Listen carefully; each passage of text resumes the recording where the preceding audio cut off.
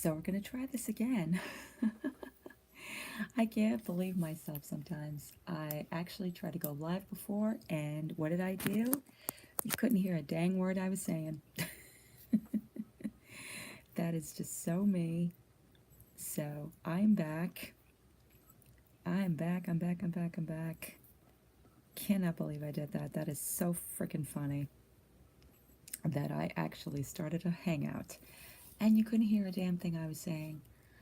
Ah, that's what I get for trying to do this whole thing all over again. I should have learned my damn lesson a long time ago. But I am back, in case anybody cares. And so, Insomniac chat, I'm here. I'm talking. Oh, Insomniac chat, I'm and now I know here. I'm talking because I hear myself on my actual computer. So we're going to try this again. Thanks, truly. I appreciate that. I know you were in here before. I don't know if you heard anything I said, but yeah, that's me.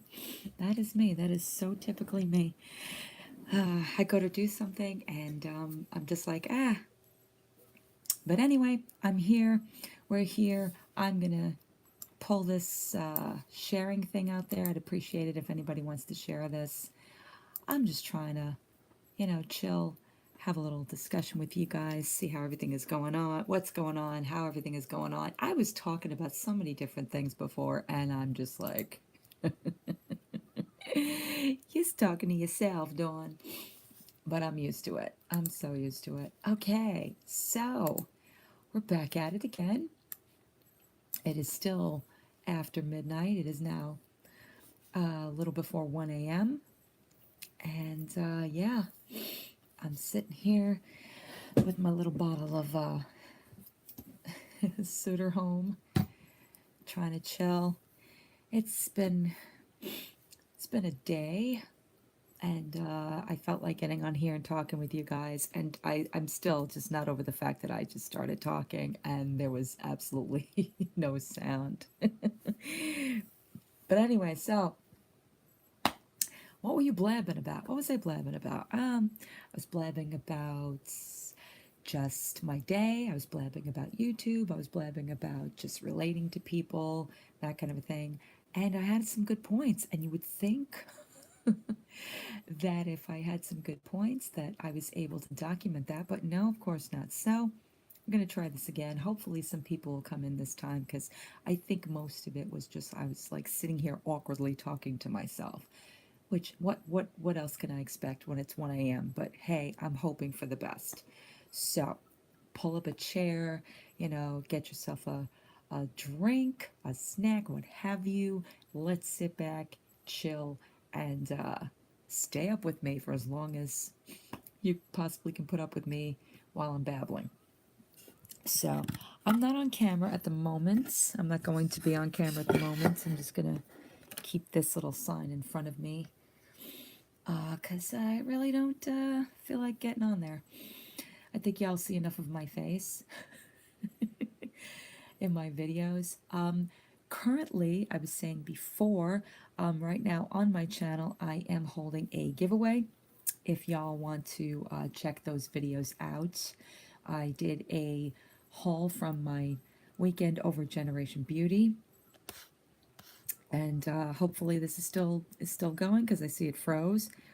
But I did a haul from Generation Beauty, day one, day two, Creator Day, and also Saturday. And we did it again. It stopped. It actually stopped. Really? I can't win tonight. I cannot win. You still hear me? You can still hear me? If you guys can still hear me, let me know because it looks like my screen just froze on me. So I may or may not have to come back on. I don't know. I'm going to try. I'm going to try it again because it just completely froze on me. Wait, wait, wait, wait, wait. Nope. Okay. There it goes. All right. Sorry about that. I don't know what is going on tonight. Just YouTube doesn't like me. The world doesn't like me. Oh, yeah, the bubbles froze. Gotcha. Okay. Thank you for telling me that, Teresa. I really appreciate that. All right. Anyway, so today, just, just went to the doctor. Update on my shingles situation, which I talked about in my update video in September. I had the shingles virus, which sucked. And that made for a very painful, very uncomfortable month. I went back today. We're all clear, thank goodness. But my doctor was like, "So, how's the stress going?" And I'm like, yeah, that. That's still going on. But other than that, yeah. So I I have my giveaway going on. I did the haul over the last 2 days. Just came back from it over the weekend. It was really great. I went on Creator Day. I went on Saturday. It was a lot of fun. The thing about going to those events is that it is so massive. There are so many people, and it kind of makes you think within this wonderful world of the beauty community and all of this stuff that's been going on lately. With everybody talking about like the Manny MUAs, the Jeffree Stars, and all that stuff. What's going on? It's amazing to me when you can go to an event and see so many faces and so many people that do this and not even think twice about all this drama or all of this stuff that's been going on. It's just people enjoying doing what they do, just meeting brands and interacting and the content and you know, having just interactions with each other. And that's what it should be. That's what it always should be. And it was kind of eye opening in a way for me because Creator Day, especially because I got to meet up with a friend of mine that also is here on YouTube. Her name is Jen, and her channel is Makeup with Shay. If anybody is familiar with her, and I've known her now for a couple of years. She's been a follower of mine, and we finally met up, and it was just so cool to be able to enjoy the beauty community again. It was so cool to walk around and be able to see people that really love this business. Hey, Gypsy, welcome. That really love this business, really love doing what they do, being a content creator, really being interested in evolving instead of sitting stuck and worrying about numbers and worrying about just getting on PR lists and worrying about it's just it's nice to see people working at what this community should be about. So I just wanted to put that out there because that was just one of my observations. But anyway, so yeah, in case you haven't noticed, Gypsy, I'm doing one of my Insomniac hangouts. It's been a long time. I started one earlier, but I was talking for about half an hour, almost an hour, and there was no sound. So I'm like, let me try this again. But anyway, so I was talking about the Shane Dawson series as well because I thought it was important to bring that up as far as like our YouTube platform and what has been going on with content. And lately, I find myself just either watching the drama channels just for pure entertainment and for pure just diversion from my own life, or I'm watching Shane. And I was trying to say before to myself about this whole series with Jake Paul that even if you're not a Jake Paul fan, even if you're not a fan of YouTubers per se, if you really think about the concept of what Shane is doing with just trying to relate to people, trying to open up and get people conversing about the human side of people and relating to them and making them feel human again. Like they can talk about those things that were difficult to talk about. They can, you can see it on Shane's face that he's truly, truly interested, that he has a real love and interest for people. And I identify with that so, so much. And I don't see that in my personal life a lot. It's so hard to, sometimes I think it's very alienating to be an empath because we're so subjected to being misunderstood, and we're so subjected to not getting people to realize that we are genuinely interested in the ways people are and their reasonings for doing things. And that can also be a downfall. I know it for me, where I can be involved with someone and it can be a complete, utter, like, communication breakdown because I want to know so many things about why people are interacting with me, like what it is about me. And it's not about like ego, it's about like just being truly learning about myself through other people's eyes, good or bad. It's not just about the good. I want to hear, like, even if it's negative, even if it's something that's like challenging, that I have a hard time hearing, if the delivery is done right, then it can be epic. You know what I'm saying? Because we're trying, at least for me, I'm trying to grow as a person through all of my trials and tribulations.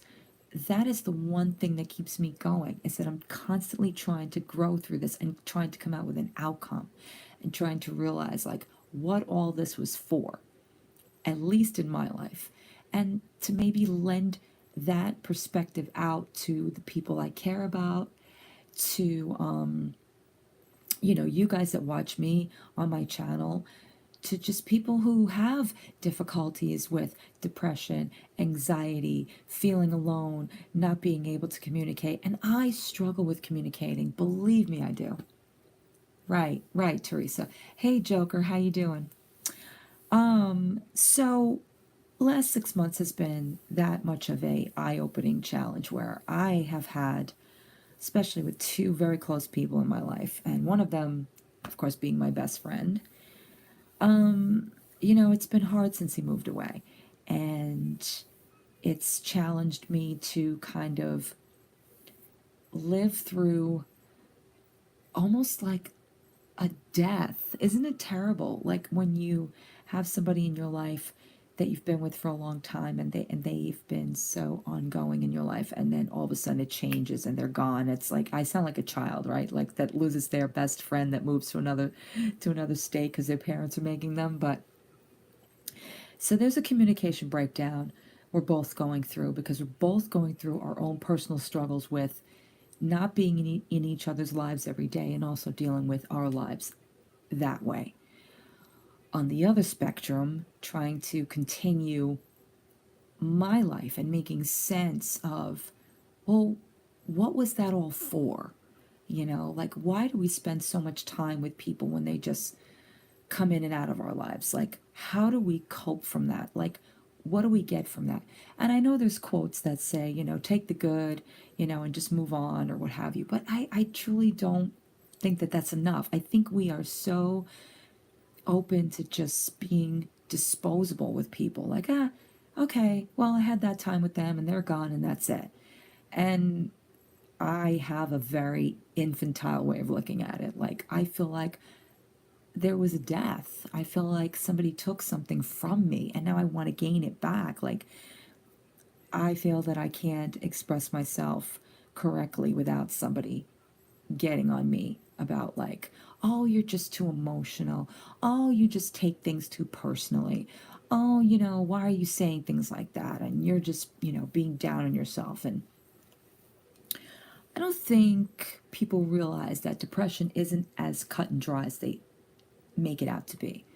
Like, I really have an issue with some YouTubers who will get on their platform and who will be, you know, what I look at as successful, and will suddenly have it all go to their head, and they do stupid things. They engage in stupid behavior because that's what you do when you have a lot of money and a lot of fame. And then when it comes down to when the behavior part of it is time for you to take a look at what it is that you're doing, and to, like, rethink, that wasn't the best course. That wasn't the best way to go. That wasn't a really good way to treat people. And then have them turn around and use mental illness as the excuse. And it's a touchy subject because you don't want to judge people. You don't want to sit back and say, well, I know all about what there is to know about a person who's depressed, because you don't know a person's life. You don't. But the way that it is, the way that it is portrayed in social media these days is like, when you have mental illness, it's almost like a trend now, because you can hide behind the veil of it for bad behavior. And there's a difference between the bad behavior and owning up to it. While maybe you might be suffering with depression or anxiety, that might be a result as because of your bad behavior, or struggling just with everything because you do have depression and anxiety. And some people have problems even functioning, let alone using that as an excuse for their bad behavior. I don't think it's the same thing, and it constitutes something completely different. When I see on YouTube, somebody get on YouTube and somebody say, well, I realize that I'm trying to learn, and I'm trying to grow, and I made some mistakes, but I have anxiety, I have depression. And while that's all fine and good, and maybe that might be true, it doesn't necessitate you using that as the platform to say, well, this is why I did the bad things I did. Even through that, we have to take responsibility. And some of us go a little too far.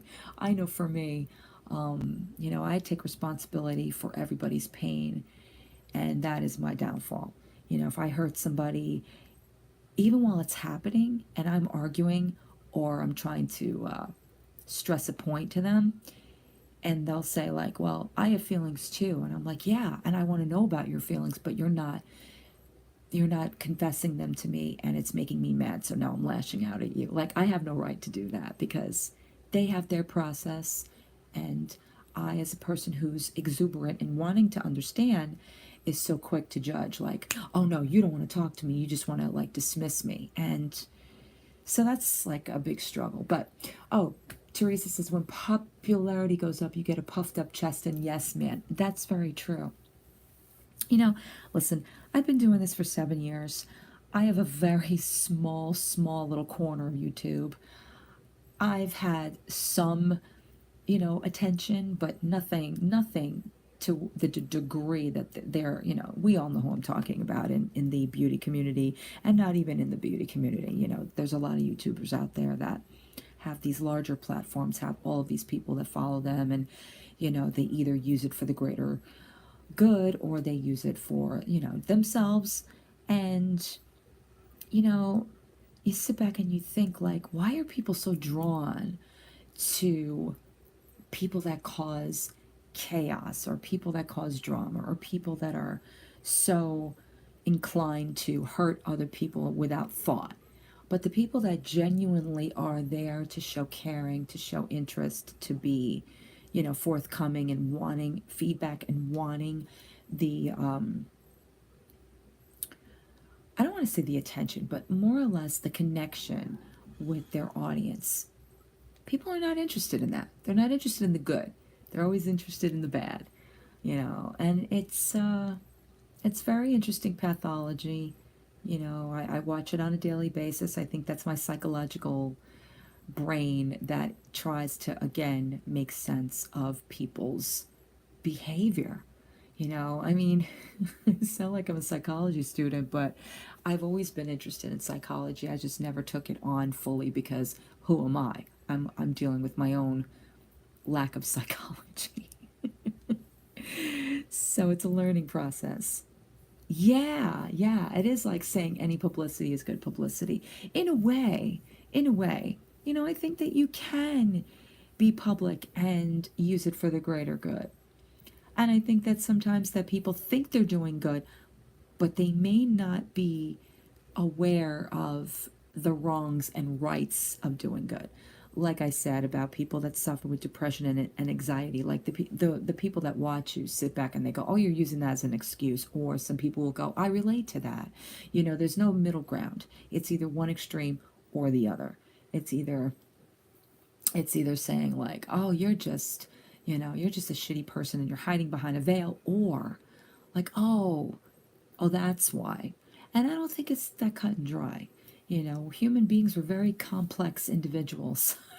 You never know what's going to make us tick from one day to the next. You never know if it's that good coffee you had at Starbucks, or if it's that great movie you just saw, or if it's that promotion you got, or if it's like seeing an old friend, or just picking up a new hobby. You never know what you add to your life, or that gets taken from your life, that causes you to change. And that's where sometimes for me, I have to slow down my processes of things, especially when things happen.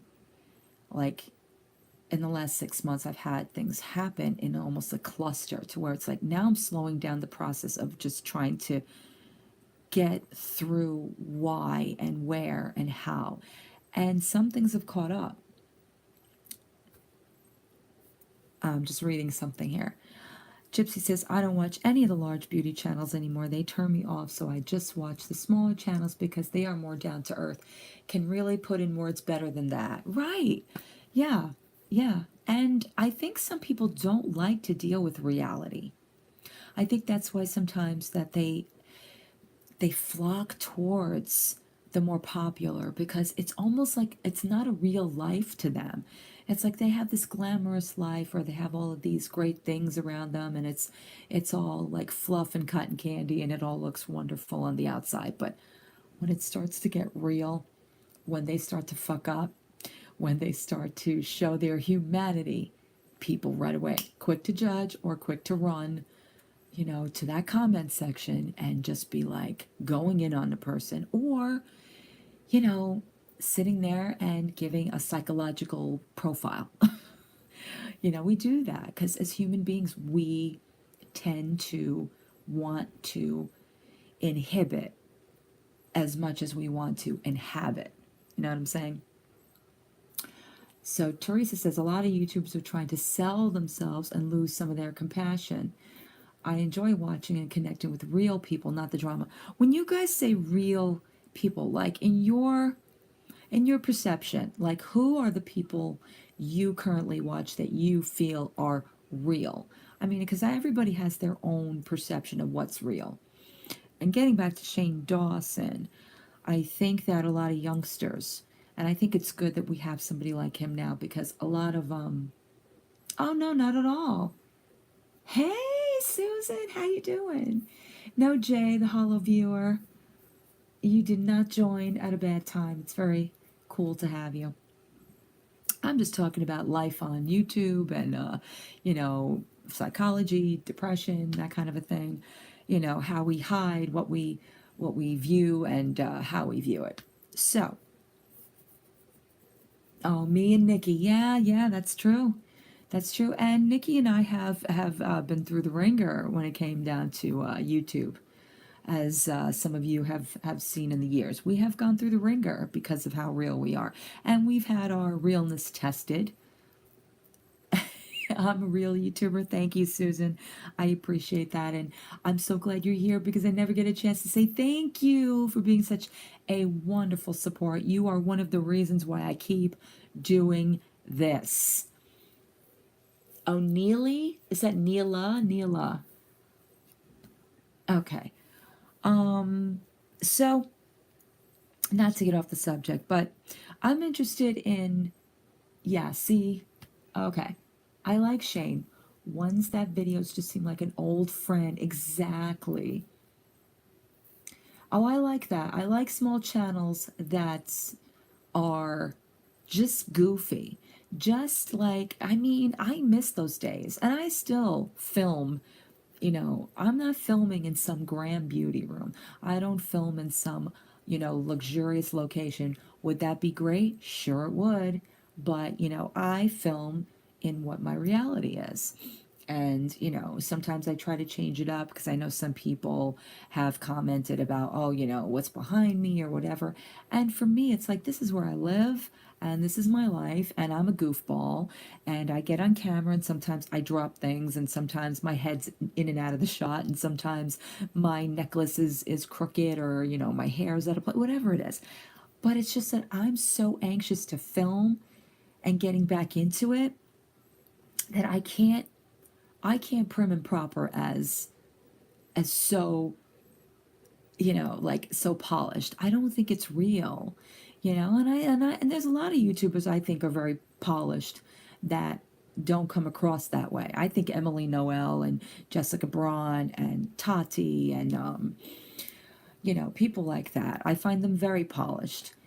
But they're very good at what they do, and their content is amazing, and they're very informative, and that's great too. But for me, I just like to sit there and talk to you guys like we're sitting across, a cafe or a diner or my living room.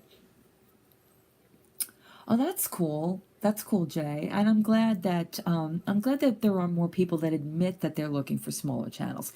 And that was one of the things I enjoyed doing on my channel when I was doing small channel shout outs. Like my friends that were having channels and interacting with some of my audience that had channels and people that I could meet that way. I really miss those days, like interacting that way and trying to uplift people that are starting channels and that have come to me for advice, that have been like, oh, I enjoy your channel and I really like doing this, and I would like to know more, and and I'm like, well, I'm nobody, I'm just somebody that's been here, 7 years. I still have like my 5K subscribers, I'm not in the higher numbers. I'm not this big social media queen, and I try and do what I do, and I hope it gets out there. And if I make one person laugh, if I make one person smile, if somebody buys something on a suggestion because they thought that it worked for them, that I can't complain. You know what I'm saying? Like that's basically what it's about. And I've had some pretty good, experiences. There are some people that I'm close to that have started YouTube channels, and and I've tried to tell them like it's great, it is, and there are perks to it. But there's also the side that can be very, it's demanding, it can be very stressful, it can test your will. It's tested my will a lot. I've had moments here, and some of you are probably familiar with that, where I just went on the wrong side of the spectrum, and it kind of blew up in my face, and things like that happen. You have to develop somewhat of a tough skin.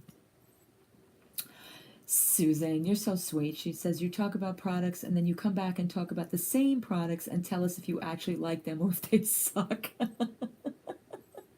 We need that. Yeah, I try. Like, I always feel like I'm boring people because I'm like, come on, Dawn. You're not like, I don't have a turnover with products so much. Like, I will now because I have so much crap that I just got from Generation Beauty, and I'm excited as hell because now I get to bring some new stuff to you guys, and I get to talk about some things that are piquing my interest. You know what I'm saying? So now I will be like, hey, this is new, or this is something I'm using. But generally speaking, I'm boring. I use a lot of the same stuff. You know, yeah, no, I don't. I try not to. There are some things that get lost on me, here and there. But other than that, I am pretty much kind of like oh, that's okay, Gypsy. I'll still be here. I'll still be here. My iPad's behaving itself. I'm glad, with my little hands in the air. So I'll still be here. But yeah, for the most part, like I remember last year. I went through this like phase of like shopping at Ulta like it was going out of style. Like I was spending so much friggin' money trying to keep up, with all this came out and that came out, and then I felt like this pit at the end of it. Like, do I need all of this shit? Probably not. And two Ulta cards later, that I'm paying off, it didn't give me the satisfaction I thought it would. My numbers dropped. I wasn't making as many videos as I wanted to. I was getting bored with myself. Things were changing. The videos I was making weren't getting the views. It was just kind of like, I'm getting bored. And I want to evolve as much as anybody does, but I'm not going to go on a jet somewhere and do my makeup. I'm not going to find a celebrity on the street and, have a challenge with them, But I'm slowly getting back into some ideas I have. And hopefully will be collabing with some friends. And, that's all I can really ask for. So Jay says, a bit of a funny story. I've been getting a following, which is odd since I am not a huge YouTuber making video type of person. Making a video was a fear for me, and I deleted my old channel. Really? Would you like to elaborate on that, Jay? Why you deleted your old channel? Well, Gypsy, see, the thing is how some of us can afford what we do. I'll give you a little insight. Okay, as a person that started my YouTube channel way back when couponing and signing up for free stuff was like in. It was like the thing that jetted me into wanting to be in the beauty community because it was like, well, you could sign up for a ton of free stuff, you could try out new things, you can get samples of stuff, and you can talk about if you like it or not. And then I got heavily into couponing. And then I was in like a community that was doing that and other people that were doing videos like that. And it was so much fun. Like I was starting to learn about how people got deals, how people got free stuff through companies, how to, talk to brands and ask for samples and things like that. And I didn't know that that existed. I only thought that that happened for people that were, that merchandising and public, PR and stuff like that, or big YouTubers. I didn't know that your average Joe could do that. And then there were the websites that you can join. There was Influencer. There was Thomason. There were so many, things you could sign up for, and you can do, getting products through them for free. And then of course the Amazon reviewing hit really big, and I got into that too. So Jay says it had maybe I think 40 subs, and it was mainly Pokemon, and people started to like me a lot because of my helpful nature. Because someone needs a question, I can help. Someone can't figure something out, I help. That's amazing, and that's a great reason to have a channel. So yeah, I miss it too. I miss my Friday videos. Well, see, like with everything else, Gypsy, everything started to change. When a lot of people are becoming privy to, Susan, I'm sorry, not Gypsy. When a lot of people come privy to what's going on, like when it becomes like almost like everybody's doing it, there was a massive amount of Amazon groups and, joining websites that are still around to this day. There's still Amazon review websites where you can get discounted products and stuff like that. But a lot of it started to get, people abuse the system. People were getting stuff and not reviewing them, or they were selling the products, or you know how it is. And people ruined that concept. And after a while, Amazon was cracking down on people. They were deleting reviews. They weren't seeing reviews as authentic because they felt like people were getting things for free, so the reviews weren't authentic, so they would delete them. And then finally, you don't even have to review anymore. Now you can just get products, if you pay for them a couple of bucks, and you don't even have to review them anymore. So that whole concept of like getting more than just beauty products now, being a reviewer, I got everything from electronics to home goods to, you know, uh, everything. And it was a lot of fun, but then it became also that people were abusing it. And it's sad because it was something that I really got into and I worked on really hard for the like 2 or 3 years. Other people, other YouTubers were doing it. Nikki was doing it. My friend Liz was doing it. A bunch of other YouTubers were doing it. And now it's like, now it's like a passe thing. Oh, got this on Amazon, that kind of thing. So that's why my videos started to decline. Like, I miss doing Friday freebies. I used to love doing the Friday freebies and swap mail. That was what I was known for a long time. You know, I have a swap group on Facebook. I had a great group of ladies. We were doing a lot of like subscription services, swapping, you know, where we were getting stuff from Ipsy and BoxyCharm and Birchbox and Sephora Play, and whatever we didn't like, we would swap, and it was a lot of fun. But when the Amazon reviewing thing started happening, that that kind of you know, interaction wasn't happening as much because people were doing the reviewing thing. So that became like, nobody wants to swap samples anymore. Sorry guys, I'm not reading the comments. Let me go back. So I started with freebie and sample videos. I remember Teresa because I remember watching some of your stuff and enjoying it too. There was an influx, exactly. So Jay says, but I let my fear and sanity get the best of me, and I deleted my old channel because I was getting too popular. That's interesting. Like you said, you had 40 subs. So how was it that you felt you were getting too popular? Was it that you were getting kind of like overwhelmed with the like interaction, or was it just like you hit a point where it was like, okay, this is too much. This isn't what I, you know, was started it out to be? Because, you know, we all kind of hit that down the line. Oh my God, Gypsy. You've been following me for 2 years. It seems like a lifetime, right? Yeah, it was way before that. Gypsy, you got me on my dark side. You got me when I joined the infamous oh, should I even say it? Should I even say it? Viewer's voice. It's like the taboo words, the viewer's voice. Ooh.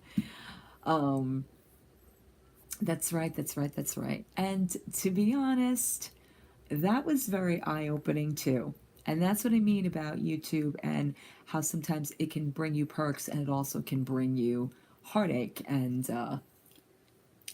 there have been a lot of people have witnessed a lot of heartache that I have gone through during that time. And again, I will say that it wasn't just only, you know, just a bad thing. It was also a good thing. Yep, I got to meet a lot of really cool, interesting people. Definitely will say interesting people that still to this day are still at it. I still follow some of those people. I enjoy some of those people, and some of those people I will say that I'm happy I don't have any involvement with anymore. I wish them well, but I'm good. I'm good in my little corner here. Um, you know, so it is eye opening and it can get overwhelming, but you know, I always find myself coming back to it, and there's a reason for that because it's a growing thing for me. It's a chronological journal, you know, like where I've been, what I've been through, what I've done, uh, you know, all that kind of stuff. Um, maybe so. You know, all the things that I aspired at one point in my life, and that I thought at one time or another, like, oh, you couldn't do that. It's not attainable. You know, you didn't finish school, or you didn't go and pursue a career. You didn't you know, you didn't take singing lessons. You didn't do this. You didn't do that. Like, there's so many things I got the courage to do, and I think a lot of it had to do with starting on YouTube. If you go back to my first video, I am literally like, I'm watching myself and I'm like, my God, girl, breathe, breathe, like just take a breath. And I'm sitting there and I'm like, like it just, and where I'm at now, where I get on camera, I drop shit. I'm like, oh well, sorry, you know, like there's a comfort level. So there's been a lot of growth. There's been a lot of eye-opening things. There's things that I learned about myself, and that I was able to use. And I'm glad that I've been able to do that. Let me read this. Yeah, I did. I did. And you know what, Gypsy? I still, my struggling with certain things, and this is my mental illness, I still struggle to see where I fit in. I really do. And sometimes I make too much of it. I make too much of it, like, it's got to be more than that, and I got to be able to do more than this. And, if this fails, then, well, what else is there? What else can I do? Oh, sorry, I'm just reading Jay's comment. See, I am an isolated person, so people actually enjoying me being around and me being popular sort of hurts me. Interesting. So as long as I stay in the shadows, I don't have out of nowhere panic freak out. Wow. That's very interesting. That's very interesting. I feel like we all, because I can be very isolating. I know that. I can isolate myself, no problem. When I feel like I can't relate or people are not relating to me the way I want them to see me, I feel like I will take myself and what I call like, well, I'm gonna go back into my hole. I'm gonna put the wall up. I'm just not gonna let anybody in. I'm just going to shut down. And I've done it consecutively for years, like in between certain times when there's been like things that have happened, whether it's like a falling out with someone, or a job, or relationships, or family, whatever it is. Like if it affects me emotionally or it affects me personally, like it's something that I have to learn, I tend to go, okay, I'm going to pull myself out of this, because obviously there's something here I need to learn about myself, and how do I correct it. And it doesn't come off that way. A lot of people think that I'm criticizing them, or that I'm judging them upon their reactions to me, but I'm like, but you don't see that I'm trying hard. You don't see that I'm trying to relate to you, and that I'm working really hard at it, but they can't because they don't understand my process. And it's a hard fucking thing to do. You're trying to understand your process, you're trying to understand how people relate to you, and they look at it as, oh, please, here she goes again. And that's currently still going on. I, you know, I've spent years trying to understand where I went wrong in so many things. And I remember how hurt I was. I remember what other people did to me. And I somehow remember what, in spots what I did to them. But I don't know why it evolves. Like it comes back to me. It evolves. Like, sometimes when you think that chapter you've closed. Oh, okay, Jay. Thanks a lot for being here. Really appreciate it. I hope you'll come back. Let me just say that I completely do understand like what you're talking about, and but it's cool that you put yourself out there, and don't feel intimidated by that. Just because you're isolated, that doesn't mean you have to continue. Some people are getting something from you, and that doesn't necessarily mean that your status of where you're at has to change. It just means that people actually do see something in you maybe you don't see. And I should take my own advice. Oh, Teresa says, I tried to fit, but I got to a point about a year or so ago. I just thought, this is me. Take it or leave it. If people like my videos, great. I just make the videos to be the very best of yeah, exactly. Hi, Angel. I don't want to say your name wrong. But yeah, we're we only think we're capable of certain things, but we don't really know until we try. And I have to listen to myself say that, because I knock myself in everything I do. So until I try, I don't know what I'm capable of, but I'm always that self-doubter. I'm like, I won't be good at that. And if I am, it ain't gonna last, you know? And it's a horrible place to be, because I'm used to it. It's a condition. I've conditioned myself to believe that, because You don't step outside yourself very often. You only see what comes at you.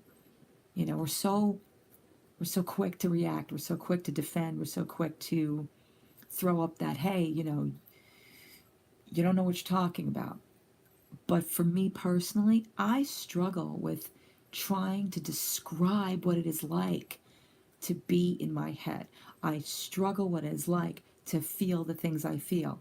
And I don't expect people to feel the same way, but I want people to realize that there is that portion of them that they can plug into too.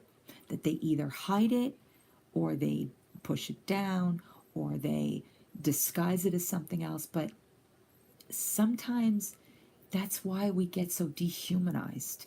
That's why we feel that we don't connect, because people are so afraid to. And I'm currently struggling with it. Like, I've been down a road where I've given all of myself, and over and over and over again. And then I'm like, nah, pull it back. You don't want to go through that again. But at the same time, it sucks because you want to connect so bad. You want to know what it's like to have an experience with a person, and you're so afraid. Yeah, yeah, yeah, yeah. Is it Angel or Angeli? I don't want to say your name wrong. I try to keep up, but it's also expensive. Tiny tubers can't keep up with the ginormous ones. I guess I gave up. Now, see, that's where we defeat ourselves. Like, there are things you can do. I mean, everything's a process, but like I was saying before, the way I started my channel, I didn't think I could do it either. Like, I was on a budget, and I was couponing, and I was, but you can sign up for free samples, and you could start it there. And you can go onto websites like Influencer and, Vocal Point and, things like that. Those things that exist where they want people to talk about products and stuff like that, and it adventures from there. I didn't think that I would ever be able to sit here and go to an event like Generation Beauty. The first time I was ever invited to it, I was shocked to shit. I was like, wait a minute. I think I had like 2,000 subscribers, and I'm like, whoa, like, what happened? How did that happen? But it does. Yeah, yeah, I think they make it difficult now because everybody wants like 7,000 things for you to do. Like, post this to Instagram, and, you got to join Snapchat and Twitter, and post this to Facebook, and blah, blah, blah, blah, blah. Um, but, you can find ways. There's always new things popping up. And sometimes I just watch other YouTubers, like smaller YouTubers, and I'll see what they're doing, and like I'll be like, oh, that's cool, and I'll look into that, and try to incorporate it to where, I'm bringing it to you guys. I used to do that a lot. I used to have a couple of friends that were doing, like the influencer stuff or the free sample stuff, and they were finding like tons and tons of deals and tons of things I didn't even know existed.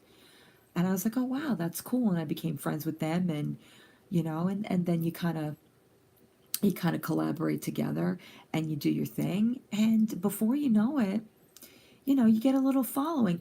And that's why I said, like, I hit 5,000. I never thought I'd ever hit 5,000, and I guess I became satisfied with that. And maybe because my channel went south for a little bit because I got involved in drama. I had a little run in with Karina. Nikki Murphy and I, we're best friends, but we had a lot of public, uh, you know, when we used to fight and stuff like that. Nick Snyder. There's been a lot of things that turned my channel a different way, where people are like, whoa, that's not what you started out to be. And that's not, like, we don't understand. So it's hard to kind of bounce back from what people expect. They want you to keep evolving. But, I want to evolve, but I want to evolve in my own way. I don't want to evolve like, the bigger YouTubers, because look at what's happening with the bigger YouTubers. They are turning people's heads where they don't want to even think about it anymore. Yeah, I hear you. I hear you. Life, takes the motivation. I get it. I do. But at the same time, it also is what brings me back because I could be sitting here and I'm like, I can't just not do anything. I've got a lot that I could be doing. And, if I just put my head into it, if I just focus and if I just stop worrying about this other thing or that other thing, then, I want to be able to make people happy. I want to be able to make myself feel that I'm doing something right. Oh yeah. Oh, the drama these days, forget about it. Listen, I do commentary. I do commentary on these dramas because I find some of them amusing. And some of them, I've gotten involved in past dramas because of my own, like I said, my friends, me and Nikki, we were involved in that whole Manny MUA, Karina Kaboom thing. We made videos on it, later on. There were other YouTubers that were doing things that Nikki and I made videos about. Then I was doing Choly chats on stuff like that. And like I said, before it becomes like almost like it's part of you. Nah, see, I don't anymore. It doesn't. Drama channels these days don't feel as what do you call it? They don't feel as grimy as they used to. Like they're actually now more commentary than they are trying to ruin people's lives or trying to be like getting the dirt or trying to be like the TMZ of YouTube, that kind of a thing.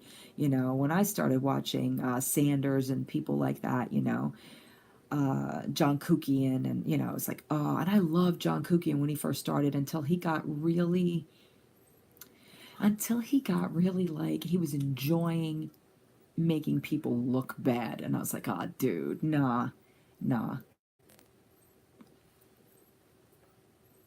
I just, uh, I just think that's, you know, this day and age, we now are evolving into where we're looking to the drama channels for information, and we're not even looking to the beauty. The beauty community is more like the drama. You know what I'm saying? It's like, how did that happen? It's crazy. It's so crazy. It's how did we turn it into this? But that's how it is, and it's funny. Yeah. I mean, I watch Karina. I'm entertained by her. Like, it's funny the way like things turned out when she first started. I was like, "Oh, dude, what are you doing?" Like, I really liked her as a nail polish channel, and she was a nail polish channel. Um, but then she started to do the behind the scenes of YouTube kind of a thing, and it was like, oh yeah, all the YouTubers do this, and they don't disclaim their sponsorships, and they're all doing that. And I'm like, wait a minute, no, that's not true. Not all of us out here are doing that. So I became a little combative, and in my college chats, I'd be a little passive aggressive. And I would be like, yeah, well, certain people are making videos and saying this, that, and the other thing, but yeah, it's not like that, Karina. It's not all like that. So, hey, Chispa, what's going on, girl? How you doing? I miss you. I don't know. I find her entertaining now. Like the whole toy thing that she does. It's like it started out being really stupid, and now I'm like, it's kind of her shtick. It's kind of funny. I enjoy it. I think it's really cool. So, but anyway, hey Mickey, tell her hi for me if she's awake. She shouldn't be awake because it's like almost 2 in the morning. um, sorry guys, just telling somebody to come to my channel. I don't think there's a way I can link anybody because I just went live from my iPad, so it's like I can't. I don't think there's a way I can link anybody to join me on panel or anything like that. But oh, okay, good. How is she doing? I hope she's doing well. But anyway, so getting back to the whole like drama channel thing, I think it's more nowadays. People are more like interested in the commentary of it. Oh, of course, I know. I'm on the East Coast, so it's like it's almost 2 o'clock. But I'm just a hopeless insomniac. Like Oh, I'm glad to hear it, Chispa. Oh, Chispa, I saw your tweet today about the doctor. I was laughing because I was in my doctor's office when I read your tweet when you were like, "Why do doctors' offices do this when they make you sit there?" And I was like, "Oh my God, this woman that was in my waiting room with me just complained that she had been sitting there for over an hour waiting." And I'm like, I was called in like after about 10 minutes, and the nurse's assistant was like, "Were you waiting long?" I'm like, "No," and I feel guilty about it now. But yeah, anyway. Mm-hmm. Oh, Jeffree Star. Oh my God. I'm sorry, guys. Like, I love the guy. Like, I know that he's controversial. I know that there's been a lot of talk about, racist this, racist that, and everything, but I, it kills me. It kills me. And I'm going to get on the subject of what just recently happened with a YouTuber I actually like, and I'm so like, really? But I don't understand. Like, when you're in this industry already, Jeffree started on MySpace, okay?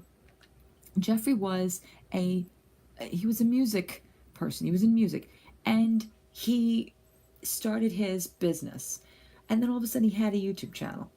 But Jeffrey already was, he had a name for himself. The rest of them were just beauty gurus. Manny, uh, Nikki Tutorials, Jacqueline Hill. They were all starting. Nikita, Gabby. They were all starting out on YouTube. Jeffrey, to me, is so separated from them because he, to me, created this industry for himself. And the rest of them, to me, when I used to watch their interactions, their friendships, I was like, this is so fucking fake. Like, how can you not see through that? And you can tell that they were all trying to mimic or just get a piece of what he was offering. And so when it all blew up, and the Manny thing, the Nikita thing, the Gabby thing, and let me tell you something, I found it so fucking funny that this year's Generation Beauty, where last year Manny was there, Nikita was there, Nikki was there, this year, who's there? Gabby, all on his own. I thought that was amazing. I thought that was the greatest thing. I was like, you go, Gabby. Because you don't need that whole little entourage to do what you're doing. But I digress. Um, so for me, when I watch Jeffrey, I enjoy him. The guy is who he is. And then after the Shane documentary, and getting into his past a little bit more, and stuff, and he doesn't seem like he makes excuses. This is what pisses me the fuck off about these people that are now currently involved in such deep shit, that now they're using mental illness. Let's blame mental illness. Okay, so it's segueing into the whole Thomas Halbert situation. Are you guys familiar with this? Thomas Halbert is one of my favorite YouTubers. He really is. As shady as this kid is, I don't know, there's something about him. I enjoy him.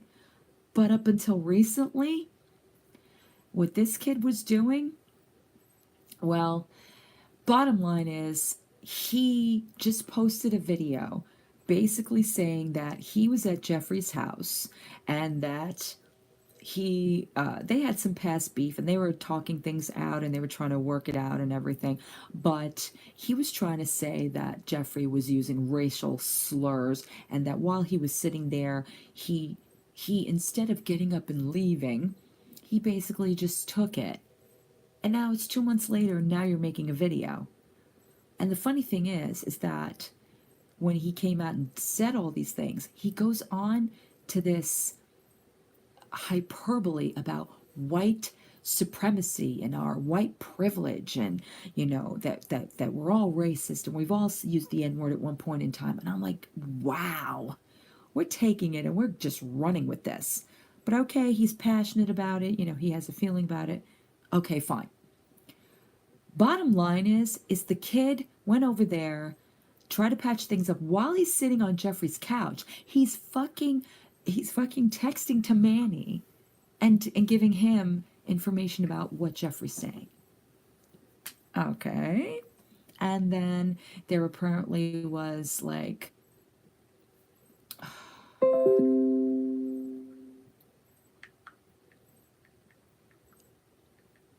hang on one second, guys. So the bottom line is that Thomas left out that he was trying to collaborate with Jeffrey. He was turned down for that. He wanted to also pair up with Jeffrey's merch company, Killer Merch, because he was trying to tell him that his merch company was screwing him around. So, again, every time a YouTuber tries to turn things around and tell the dirt on somebody else, it ends up being a Laura Lee. It ends up being a Manny MUA. It ends up being like, you people have no right to talk.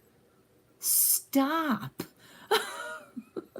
Like, I don't get it. And now we're using mental illness as the excuse, and it pisses me off. I'm like, here it is, because we've got, you know, the BetterHelp app, or we've got, something that's sponsoring them. So let's throw in the mental health card. And it pisses me off. I'm like, really? Really? You subjugate yourself at that because now you want to alleviate some of the heat you're taking. You're losing subscribers, all this shit, and now you're going to use mental illness? Are you fucking kidding me? It kills me. I know. Believe me, girl. I'm 9 years older than you, and I can't keep up either. But I feel like because I'm in the community, like I always have to keep up on what's going on, and I just shake my head. And I pretty much, when I make videos or commentary, I say the same things. I say the same things all the time. I'm like, but you people watch them, and you people give them a platform, and you people.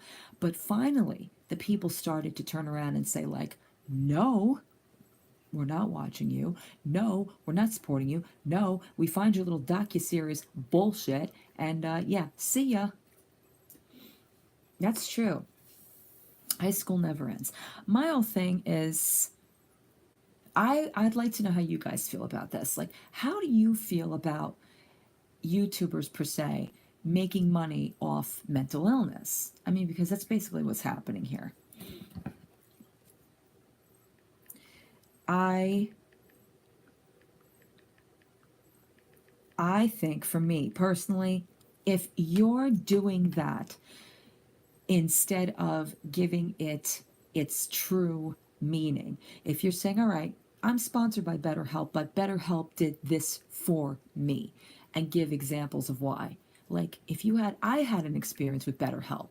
I did. I actually tried it for like a month or two in between my own therapy, but I never ever even thought about going on and trying to get sponsored or anything like that. I just did it because I felt I needed some additional therapy, because in between my therapy, I felt that it wasn't enough. So I saw that these things were available, and there's a sliding scale, what have you, and I tried it. And I never once thought, like, oh, I can make money off this. No, it was something that I was using. Like, if a YouTuber decided to talk about it, where it was like they experienced it and they were telling you about their experience and how it can help, that's one thing. But when it's, oh, this video is being sponsored by BetterHelp, and oh, guys, yeah, like, I know, like, I have been around for a month, and like, I'm going through so much anxiety and depression, and oh my god, but then you see the link below. Oh my god, yeah, that's a great point, Angela. She says, don't use a real illness to make money off of. Could you imagine a cancer patient doing that? Hell no. No, absolutely not. There are people that abuse the system out there. There are people that have. I mean, we've had people that scammed on GoFundMe's, things like that. But I'm talking about, just now we're going through sponsorships, through, people are turning away from you because you fucked up, and here you are coming back with a fucking docuseries, or coming back with a my apology, my truth videos, and at the bottom there's a link to BetterHelp. So how are we taking you seriously? You know what I'm saying? Like it just, it boggles the mind. It boggles the mind.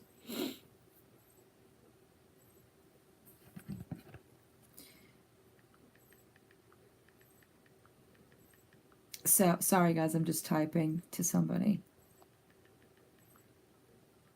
But that's the thing. And I can tell that people get turned off by stuff like this. They don't realize that it makes it harder for the rest of us.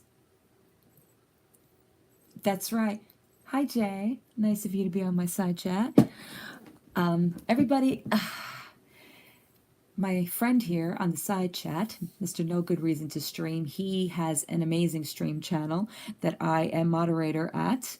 If you guys ever feel like getting away from, your craziness and you want to sit there and just goof on stuff or just watch a bunch of really funny things, my friend right there has a great stream channel and no drama because I don't allow it. But he says people scammed on 9/11, right or wrong, people will work angles. But see, the problem with that is that when somebody really needs help, or when people are like the rest of us, some of us that sit down and are trying to make videos and trying to talk about, what we're going through, the real things about it, we already now have this jaded audience that thinks, oh, they're just doing that because they're getting sponsored to do that. Instead of it being trying to relate to other people that are going through this, that need to hear other people's testimonials, other people's experiences. And that is what really it twists me, because I have so many times done videos where I've had people write me in length and tell me, I'm so glad that you did this. You're brave, you're this, you're that, and I don't feel like I'm alone. And maybe I can do this. Maybe I can sit there and talk about it. Maybe I can film myself. And because when you really think about what we do, okay, as content creators, we're sitting there with ourselves in a room by ourselves, talking to a prospective audience we're not looking at. So, in essence, we are talking to ourselves. We're listening to the things that we are giving to other people. And for me, it's sometimes became my therapy, because when I thought nobody could fucking understand what I'm trying to say, here it is. Here's my facial expressions. Here's my tone of voice. Here's my intonations. Here's the tears I cry, the realness. Here it is. I'm willing to do that for you because I'm willing to say it is real. It does happen. And people don't always capitalize on that, because I'm still sitting where I'm sitting and I'm admitting that we struggle. You know what I'm saying? And it's not a joke. And we've seen a lot of it, especially in the past few years on YouTube. I've seen it.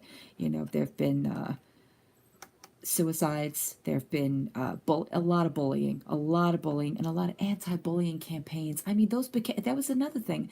Those anti-bullying campaigns became like almost like a trend, and that's what I don't like. If you're gonna jump in and say this has got to stop, or this is what we need to do to help people, it's not a fucking trend. It's not a hashtag me too. It's something that should be a consistent daily thing, because people are suffering every day. It's not just, oh, this one area for this one time looks good, so let me just do this. Let me make a video. Let me jump on that bandwagon. No, you want to help people. Then do what you can. We're not doctors, we're not psychologists, we're not psychiatrists, but some of us are experienced in experience. And therefore, there's no more of a use than relating to your fellow human being. And it pisses me off when people negate that in other ways. Oh, really? Angel says today was anti-bully day. That's interesting. Figures that I decided to do a hangout on anti-bully day. But again, I have done a couple of bullying videos. I remember my daughter was 9 years old, and she had a little channel, like she was using her little as pet shops or what have you. And she came to me one day, and she didn't want to tell me because she knows I was on YouTube and everything. And she had a really nasty, nasty comment on one of her videos. They called her stupid. And, as a mother, right away, when your child is faced with something like that and you're forced to have to, you know, help them deal with it. It's a hard place to be, especially when you know what people are capable of. Because you never know who you're talking to on the other side of a screen. You don't know. You don't know the kind of effect you're going to have on somebody. But anyway, so instead of lashing out, I decided that her and I were going to sit there and we were going to discuss it and we were going to talk about it. And we did. And it's still on my channel. And then in her own creative way, she made, like with her little pets, she made like an anti bullying video. And I think that that's a great way. See, YouTube is good for this kind of a thing. I think it's a great way for kids to feel that they can talk about something that bothers them, that they can try to get solace from other people, that other people are looking out for them, because nobody wants to see a child get hurt or upset, especially about things that adults are used to. And that's what I'm saying. Like, the people that put the content out don't understand there's a responsibility behind that.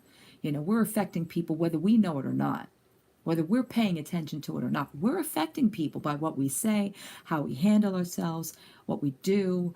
And, people don't think about that. There's a responsibility. I'm sorry, I'm letting so many comments go by. Let me read some of these. So Teresa says, it is a continuing issue, not just a one-time mention. Mental health, bullying, and other issues need to be a constant talk. Absolutely. No Good Reason says, technology creates an anonymity that embodies people that adults can't handle. Never mind children. Absolutely. Absolutely. I knew that when Julia, she wanted her own channel, I was deathly afraid of it. And I told her, I'm going to be the one that oversees it. And she started her YouTube channel through me. She still has it through me. She's anonymous. That's the way it'll be. But I mean, I respect the fact that, I mean, she's a teenager now, and I want her to put herself out a little bit more than she used to, because now she can handle it. She knows what it's like, and she's still very apprehensive about that. Mickey wants her own channel. I know, Cheese, but you know what you could do? You could do, like, you could allow her to have like an additional channel, like maybe on your channel. Like, if we were like, I have a secondary channel, but she has a channel through my account. Something that you can monitor, because you are able to do that. And I have the same issue. My child has Asperger's, and that was my concern as well. Aw, oh, I didn't know that. Your baby is 8 and they watch us. Oh my God, I'm gonna cry. I'm gonna cry. That's so sweet. Oh, again, it's not that it's not for a better my whole thing with, I don't want to censor anybody, okay? But at the same time, I want people to be sensitive. I want people to realize that they have an effect. Doesn't matter what you do. The content you put out there affects people. Whether it's just an opinion of yours, whether you're sharing a product, whether you're talking about politics, whether you have a panel of people that are discussing issues, everything has an effect. It's just the way it goes. And some people don't like that responsibility. Some people are like, fuck it. They think that there's a glass wall in front of them. There's nobody else that exists but them and what they're putting there. And that's not the way to look at it. And some of us had to learn the hard way. And I'm pointing that directional right at me. I had to learn the hard way. I took a lot of things personally when it became personal on my channel when I had some people that were trolling me, when some people went after my family, when people were using my family against me, and I reacted. And I gave them exactly what they wanted. But at the same time, I'm a human being. So you struggle with that. It's like, what do I do? So I took myself off of YouTube for a little bit. But then you feel like you're being dictated to. So this person was trying to run you off, and now they win. You know, it's a catch 22 all the way. Yeah, that's true. Words do hurt. And words can hurt too. I say that all the time, and I'm just as guilty of as anybody else. Sometimes I put my words in perspectives that others might find offensive, and to me, I'm like, I, I, that wasn't what I meant. But we all have our ways of expressing ourselves, and sometimes we go to that point where we're like, I didn't mean it. But at the same time, you're like, wait a minute, it wasn't that bad. Yeah, Susan, I hear you. I hear you. And I also worked in that capacity as well. I've seen it on both ends. It is taken out of context. I am an individual that a lot of my stuff is taken out of context. I can say things straight up and have people go, oh, bullshit. No way, I can't win. I can't win. Six of one, half dozen the other. If I explain myself too much, then it's too much. If I don't, then I'm pulling back, or I'm alienating. There is no happy medium. That's true too. That's true too. Oh, there's people that just look for a fight. I don't know anybody like that. But these are the things that matter. You know what I'm saying? Like, I I look at things differently than other people do, and what I deem as important, or I deem as yeah, Susan, I'm a New Yorker too. We are crazy. We have a very that's true. That kind of falls into play. It does fall into play. Like, we have a very skewed look at certain things, especially for from the projects. We have a skewed look at things, but yeah, that's true. I'm guessing these people are lonely because, like, that kids want attention, that smack their siblings to get their mom's attention. That's absolutely true. It's absolutely true. We all don't know why we do things a lot of the times. There are times I react to things and I'm like, why are you reacting so badly? But we're not aware sometimes of what we're ignoring, and that scares me. So I look at everything. Where some people think that it's like, just, move on, move on, move on. It's like, I look at everything because I don't want to miss that. Because I don't want to be sitting there with something that's sitting on me, on my chest, or in my heart, that I'm not recognizing. It's a constant wanting to learn. Oh, that's a great question. Jay says, are there actions by educators that add to the problem regardless of the intentions that hurt, like banning dodgeball, where aggression are worked out naturally? That's a great question, Susan. If you wanna take that one up. You live in Arizona now, and people don't get me. Listen, people don't get me at all. That's my problem. I say it every day in my life. Like, nobody gets me. Nobody understands. Like, people don't get it. But I don't think I'm such a complicated being. I think, oh yeah, oh, that's okay, Gypsy. I get it. Uh, I will definitely have more, and I'm so glad that you stopped by. You take care. Hey, Warhawk, how you doing? Um, I just, it's funny. Like, I'm a complicated but very simple person. Is that the weirdest thing? Like, people take me as complicated, but there are very simple things that make me happy. Very simple things. And I'm not capable of expressing that because I feel like it's trivial. Like, people don't understand, like, hearing certain words, it will do it for me. I'll be like, oh wow, that affected me. Or having a person just support me in a certain way, or call me, or, send me a message, or just little things. It doesn't have to be this grand display of affection, but you just want to know where you stand. You know what I'm saying? Like, and I think a lot of people are intimidated because they think that they have to pull out like a rabbit from a hat, so to speak. There's no more dodgeball at school anymore. And but see, the reason maybe there isn't, and I know when I was growing up with dodgeball, it was fucking aggressive. It was very aggressive. I mean, people were just chucking the ball no matter where it was. Aim for your face, your nose. It was like Marsha got hit with the ball. Marsha got hit with the ball on her nose. But it's, yeah, maybe in a matter of speaking, it's a way to get out certain aggression, but I think kids can go too far with it. That's true. That's true. Aw, Susan, thank you. You do watch me religiously. She does. She's like my biggest supporter. I don't, even in my lowest of low videos, I see Susan. I'm like, well, at least Susan's still there. That's true. It was very aggressive. And I think that, nowadays everything is, quilted and cushioned. And it's like, you know, trying oh, don't break a nail. Don't do that because use your words.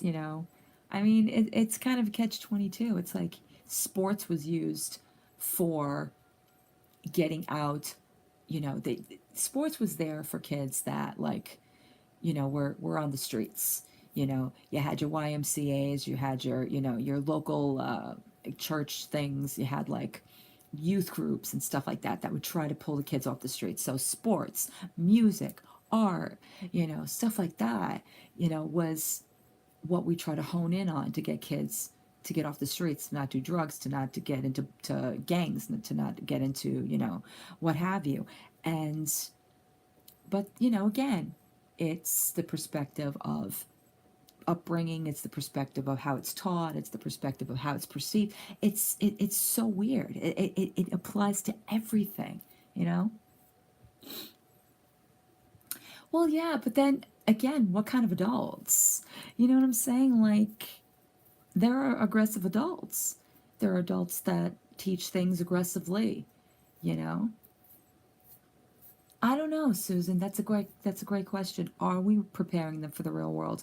I know with my kid, I'm straight up with her. I have told her things at 9 years old, people would drop their jaw. Even younger, especially with her Asperger's. I have told her things like, about her being taken off the streets. I always worried about that. Vehicles that were driving by and just taking kids. That was going on in my community and around her school. And it was flipping me out. And I was upfront about it. The fact that she would just kind of like, because the thing with her, she used to stray off, like just whenever she felt like it, just go for a walk when she felt like it. And of course, you can't do that. So I would get calls from the school, and I would be like, well, if she feels the need to do that, then why isn't anybody with her? You know, there has to be a happy medium here. You have to keep them safe, but at the same time, you have to just sometimes allow them to do whatever it takes to make them feel better. So it was a catch 22.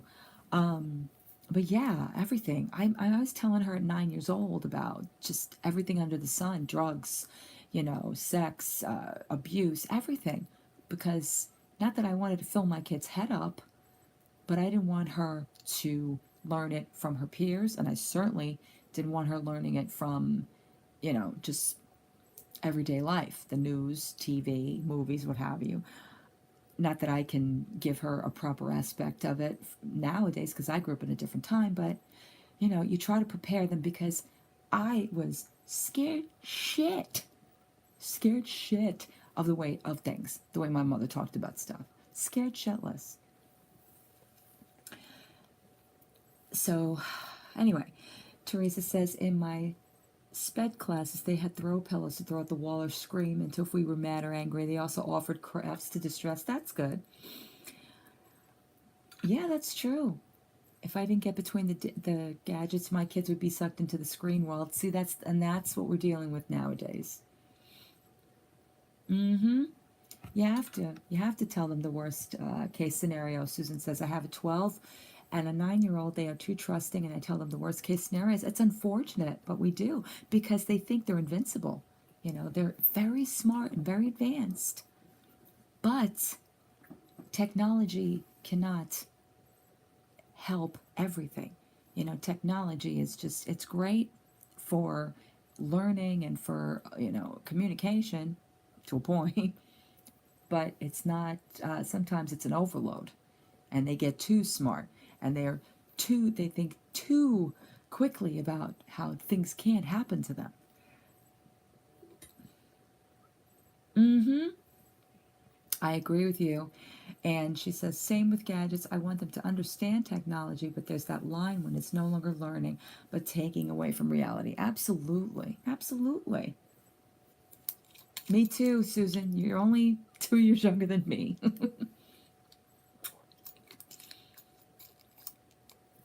I agree. Jay, he says there's something to be said that some things needed to be changed. Elementary schools shouldn't be like prison where you have to hit someone to get everyone off your back. That's true. And middle schools shouldn't be picking on the kid that, you know, doesn't have the same color as them, doesn't have the same religion as them, doesn't have the same background as them. And high schoolers shouldn't be picking on the kids that have disabilities. High schoolers shouldn't be picking on the kids that don't wear the same clothes they wear. It every generation has their issues that kids are feeling, kids are dealing with, and unfortunately it comes out in their schools, comes out in their social aspects. Oh my God, payphones and four channels. I know, and it was the best because you didn't have to worry about choosing from like, uh, forget it now. I mean, when you first got cable, it was like 100 and something channels to choose from. Now, forget it. Now everything is streaming. There isn't even TV anymore. People don't even bother with TV now. It's all like Netflix and YouTube. No, not at all, Susan. Not at all. You're not at all wrong. We didn't start giving. See, Julia, and the only reason was because I needed her to be able to communicate. Didn't get one. She was about 13, and that's unfortunate because this is the world we live in. But this is also how we communicate and how we get in touch with them. It's not like in the old days you could beat them. You know what I'm saying? Or you just show up at their school. And now everything is like through texting. Me either. Me either. I mean, my dad had one of those cellular phones that had like the case that it came in, and like the wire, and like it connected. It looked so it was like this big clunky ridiculous looking thing that I was like, what is that? It didn't even look like something real to me, but it was. And it's like, oh, it's just one of those fancy gadget things to show off that he can, the car phone. Yeah, yeah, yeah, yeah. That to me was like, okay, but that's all right, Susan. That's okay. There are kids that don't have phones, that some parents want to decide that they want to wait until they're like at least old enough to be responsible. There are kids, freaking 4 5 year olds, like, what are they doing with them? Why do they have a phone? Oh, because it keeps Junior busy while mom is doing whatever, or dad is doing whatever, and they don't want to deal with the kid. That's unfortunate.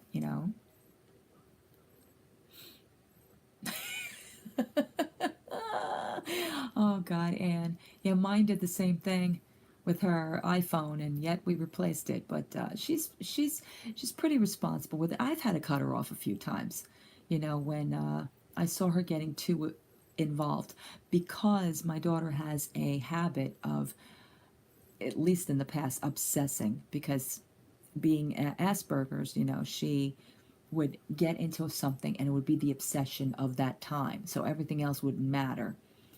So the phone thing, it was like the YouTube thing, and I would tell her, I don't want you on YouTube all the time, and I don't want you on this app, and I don't want you on that app, and I know what you're doing, and uh, I'm strict that way. In that area, I'm very, very strict. I've literally taken that phone and hid it from her, like, oh no, nope. But she's a good kid because of it. She's a good kid. I'm not buying another one ever. Good for you. Good for you. I remember people buying fake cell phone antennas so their cars got broken into for nothing. I remember that. Oh my God, yes. Yes. I remember those ridiculous bars that people would put on their steering wheels, like the low jacks. Oh my God, that was so funny. Oh, I love seeing people I love seeing people hit it off on my side chat. It's always so heartwarming. While I take another swig here. I'm so glad that I decided to come back on. I can't even believe that's the mind frame I was in. I was like, I'm gonna have a hangout. And I'm talking and I'm talking, and lo and behold, I'm talking to myself. Well, not all kids do. Not all kids do. But yeah, some people feel that peer pressure. But I think kids are smart, so smart nowadays that they understand some of the reasons why, and some kids don't want that responsibility. It's a big responsibility. You're walking around with all that information. You're walking around with being able to be contacted at any oh, hi Blair. Hi Blair. Oh my God, I miss you so much. Hi Blair. You're being able to walk around with all of that, and to be like, you be anywhere and be found. I mean, now you can track them, you can detect where they are. It's a big responsibility. But so as much as it's Blair, you are just, let me tell you, speaking of another person who supports me, Susan, Blair, every time I get on Instagram, Blair is like, girl, look what you doing with that blend, girl. I was like, see, one person gets it, it's all good. It's all good. And isn't it good that it's over my makeup and it's not over just the bullshit that we used to go through, Blair? Oh my God.